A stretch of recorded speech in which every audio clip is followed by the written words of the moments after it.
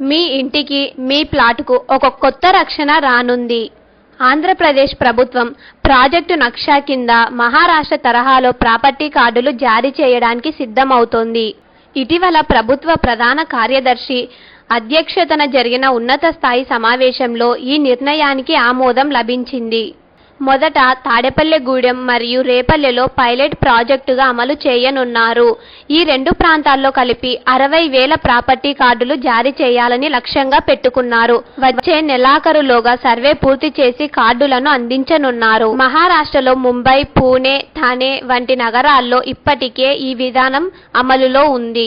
అయితే ఆంధ్రప్రదేశ్లో మాత్రం అపార్ట్మెంట్లు, బహుళ అంతస్తుల భవనాలు, వ్యక్తిగత ఇళ్లు, వాణిజ్య భవనాలు, ఖాళీ స్థలాలు, అన్ని రకాల ఆస్తులకు ప్రాపర్టీ కార్డులు ఇవ్వనున్నారు. ఈ ప్రాపర్టీ కార్డులో యజమాని పేరు, plot number, carpet and built up area, భూమిలో వాటా, బ్యాంకు రుణాలు, తనఖా వివరాలు, ఆస్తి పన్ను వంటి పూర్తి సమాచారం ఒకే చోట ఉంటుంది. దీంతో ఆస్తుల కొనుగోలు, అమ్మకాలు మరింత సులభం అవుతాయి. బ్యాంకు రుణాలు త్వరగా పొందే అవకాశం ఉంటుంది. యాజమాన్యంపై స్పష్టత పెరుగుతుంది. భూ వివాదాలు తగ్గుతాయి. డ్రోన్లతో సర్వే చేసి జియో కోఆర్డినేట్స్ ఆధారంగా ప్రతి ఆస్తికి డిజిటల్ రికార్డు రూపొందిస్తారు.